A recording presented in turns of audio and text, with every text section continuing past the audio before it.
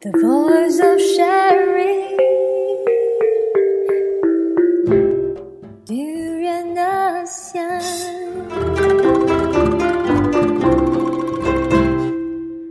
Welcome to Durian ASEAN. I'm Arlene, your host for today. We have two very young and hopeful youth today in the studio. We have one from the Philippines as well, one from Malaysia. Jasmine Sulit, she's a moral professional network and also a social media ambassador for Asia Engage. While we have here Ehsan Shahwahid. He's the campaign coordinator for Projek Dialog. So, hi, how are you? Hi, Arlene. Hi, Arlene. So, how have you been, Jasmine, being in Malaysia? So, I've attended this forum in Myanmar called ASEAN Youth Forum. Actually, my organization here in Malaysia, Asia Engage, was the one sponsored me to go to Myanmar to attend this forum. And so now, I'm staying here in Malaysia for 2 weeks to make the reporting and to pass for the next ASEAN Youth Forum. I see. Interesting. So, have you been to Malaysia before, prior to this? Actually, this is my 5th time already. Oh my God. So, you're used to the Malaysian food, Malaysian weather, and probably the Malay language, I guess? Somehow. What kind of words they can speak? Cantik. Oh, that's cute. So, Ehsan, what about you? How have you been doing? Okay, I've been doing fine. All right. Malaysia is still Malaysia the way I see it for the past 20 years. I'm not really being just my 5th time here, right? I've been here in Malaysia for the past quite some time. Yes, we try to understand more or less the complexity of whatever Malaysians whatever is happening now, whatever issues, whatever conflicts, whatever developments that we have here. So Malaysia is still Malaysia then. So, yeah, you have been organizing a lot of campaigns for Projek Dialog. And may I know what is Projek Dialog? Okay, Projek Dialog, it is something that we see it as a kind of a platform. Yes, in a way, the name sounds actually rather quite obvious there. Projek Dialog. It's supposed to be a project, a platform promoting dialogue. Our main objective here is to make dialogue mainstream, to mainstream dialogue in dealing with current issues, current problems, or to a point of, in certain ways, conflicts as well. I'm sure we are quite aware of even recently that there are issues relating to different community groups, different ethnic groups, different religious groups, and other issues as well. It is so common that we can see what is being raised in the media, especially, and statements being given from different organizations and parties. The way these issues is being discussed is very confrontative. It is very putting aside, I am right and the others are wrong, and more like that kind of statements being made, instead of trying to understand one another, trying to understand why is it other groups, other parties behave or have different opinions when it comes to certain matters. So that means, what has Projek Dialog been doing, since it's the beginning of its... Okay, Projek Dialog, it started in the late 2012. It is more, the way it started with few organizations, believing in the same objective as I have mentioned before, to come up together and promote this kind of value of having dialogue. Okay, we came up with a few activities with discussions, forums, and debates as well. And there's also more interactive events with participants, such as trips into different community groups and areas. So that's part of the events that we have before. Yeah, very interesting. I mean, dialogue is definitely important in forging peaceful coexistence between different society. And I believe, Jasmine, you are part of this young moral professional network. Do you your organization, does it initiate any form of dialogue?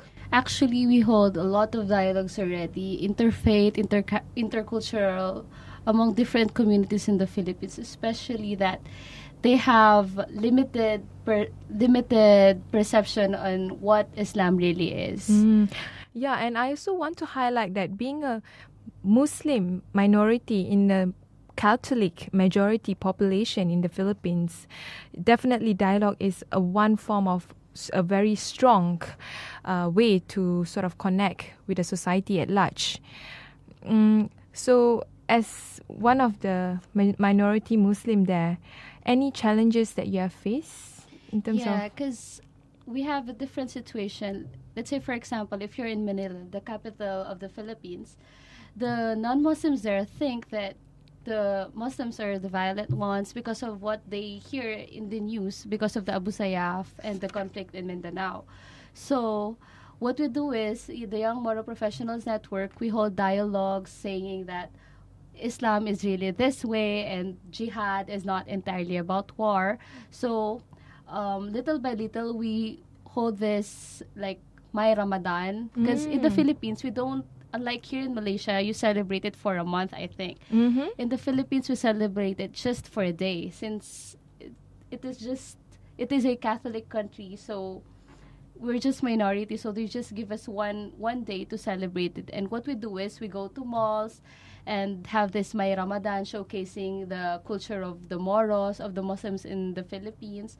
We also have this hijab run. Oh, what is that? Yeah, we have hijab run because in Manila, like if you wear hijab, everyone will look at you. Like, are you hiding something? Like, I've even experienced going to a mall and it takes longer for me to, in the security check, like they check everything I have, like that, if you have hijab. So what we do is we try to let the non-Muslims experience the hijab so they can have broader perception on Muslim women. I see. So going back to today's theme, which is relevant to both our speakers here, is about national identity. And if I'm not mistaken, Projek Dialog will be having a forum in relation to the topic itself this Saturday. Maybe Yes, you can indeed, explain more. Okay.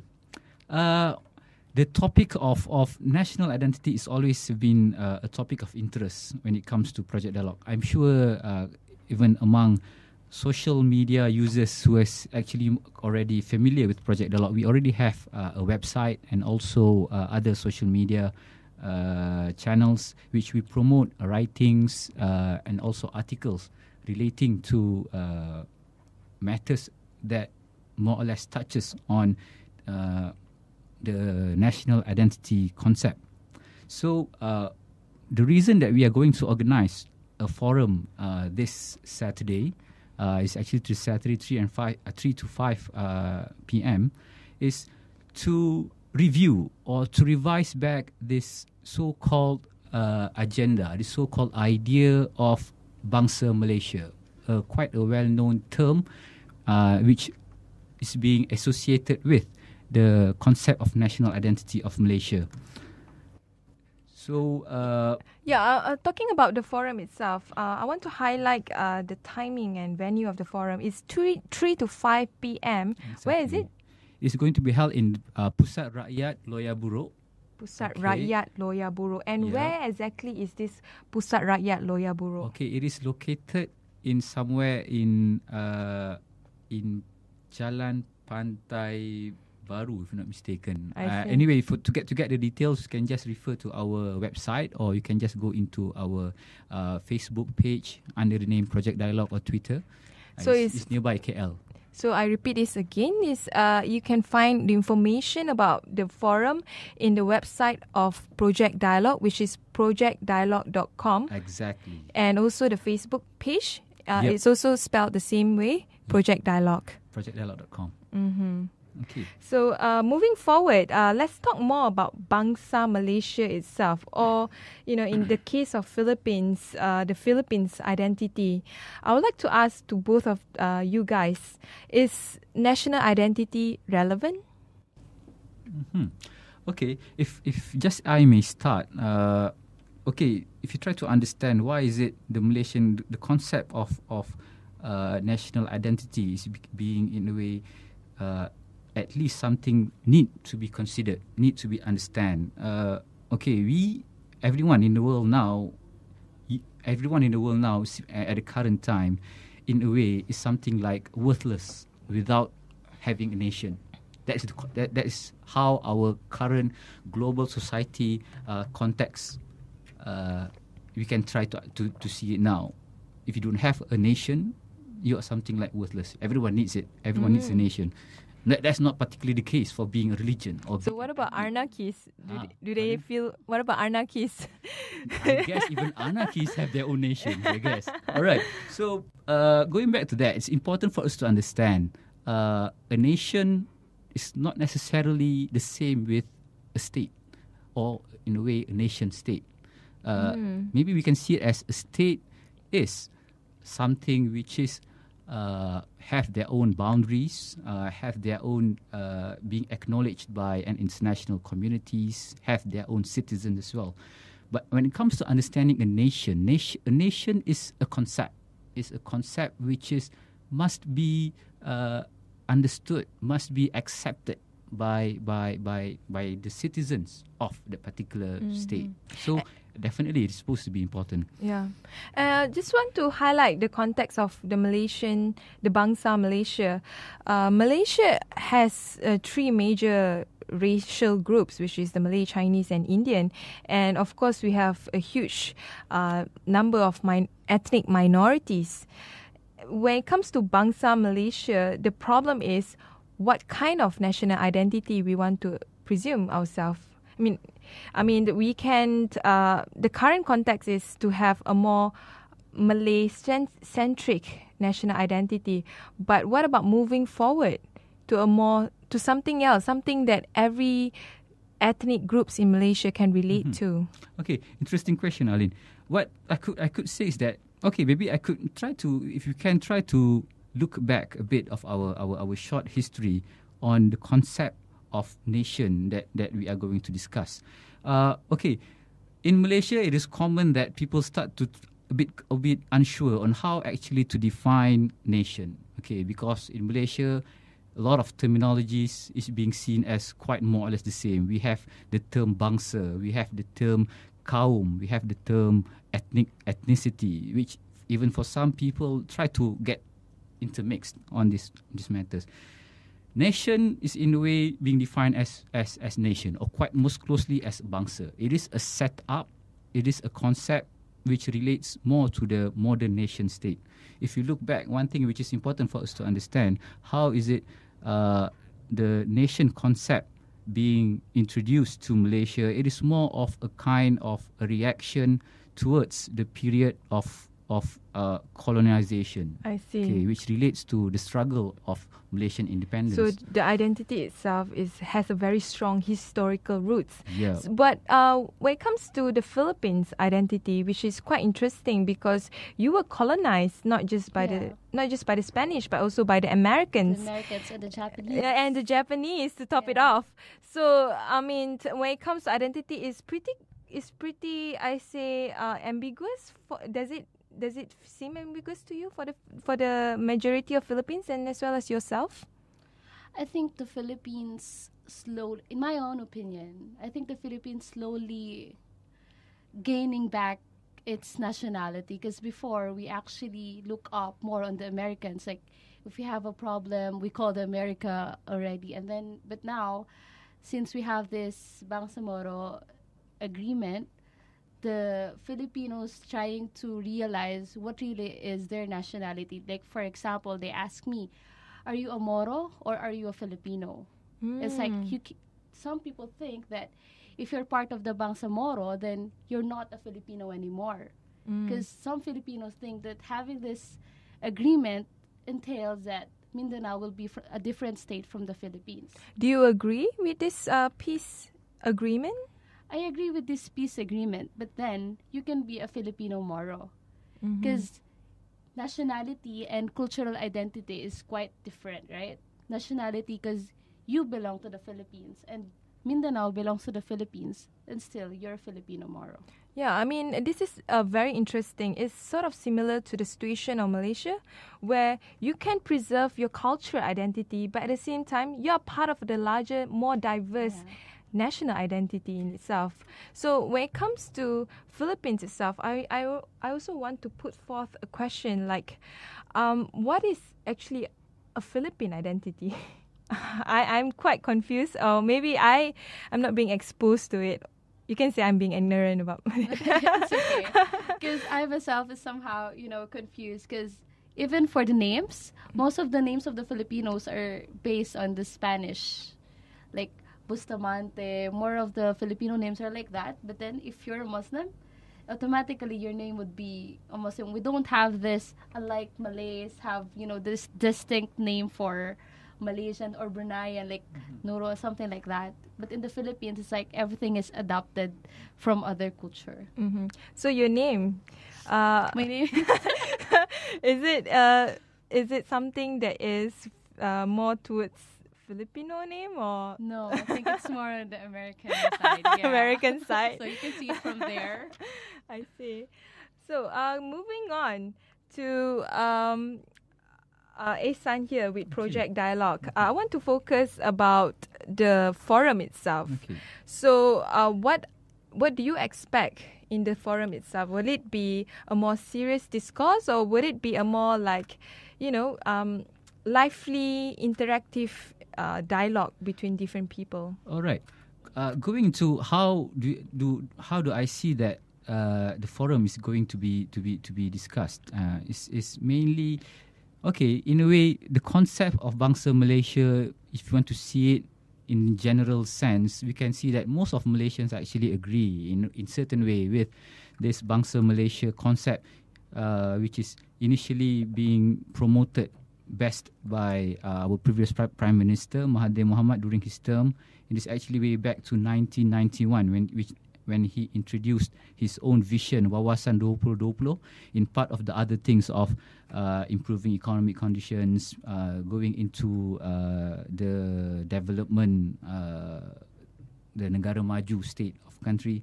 It's also to highlight on the importance for Malaysians to be integrated into one Bangsa Malaysia, in which different backgrounds of ethnicity or regional or other aspects of community could integrate into one single identity. But talking about your own personal view, do you think having one single identity is something that is relevant into your own personal life? Wow, in a way that is in a way problematic. Okay, because I think even if you just come up with the discussions in general or looking into some surveys have been made by certain poll institutions or agencies, it is actually very common for Malaysians when being asked about identity.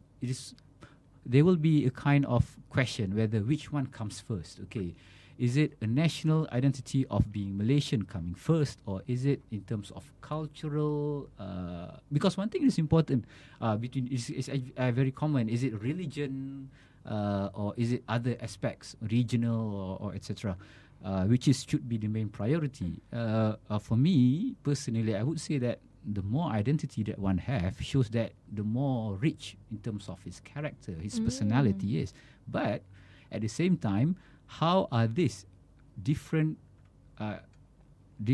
aspects of identity could in a way work out together without conflict? So that is an important part. I think the key question is how to be a diverse person, not just a society, but personally ourselves, having a more complex, diverse identity. At the same time, we are still united with one single, national identity. But you have this one Malaysia theme, right? Mm-hmm. How do you actually explain that? Yeah, that's a very interesting question coming from someone from, Philippines. I don't know whether you have one Philippines. No, I don't have one Philippines. You only have more fun in the Philippines. Going back to the One Malaysia agenda introduced by our current Prime Minister a few years back, one thing that we know that, okay, even though when he announced this One Malaysia concept, there is at least some kind of philosophy being put behind it. But I don't see it that this One Malaysia agenda is something which really focuses on the national identity of Bangsa Malaysia. It is just in a way a kind of an idea to promote, to improve national unity among Malaysians. But the base of national identity discourse will go back to the Wawasan 2020, which people may question whether this Bangsa Malaysia agenda being put in the Wawasan 2020, which is in a way just between 5 to 6 years' time, would it be a successful? Would it be a failure, or it is still something in process? Yeah, that's true. And I mean, going back to us, the younger generation, we are living in a much more complex society, as in a more globalized society. We are no longer just in one place at one time. We are traveling everywhere. We have friends from around the world. We probably speak more than just one language. And we enjoy foods and culture from different areas in the world. And we do not necessarily, think the way, how a person of certain religious belief would think. There's just very much diversity, not just within, this culture and religion, but within our own personality as well. So I think when it comes to national identity, I think it should be beyond just the physical part of what an identity is supposed to be. It should be about something that people can look up to and say that, I'm proud to be a Malaysian. And I think when people talk about why they are proud to be part of that nation, I think one of the key area is they are equal, under the eye of that country.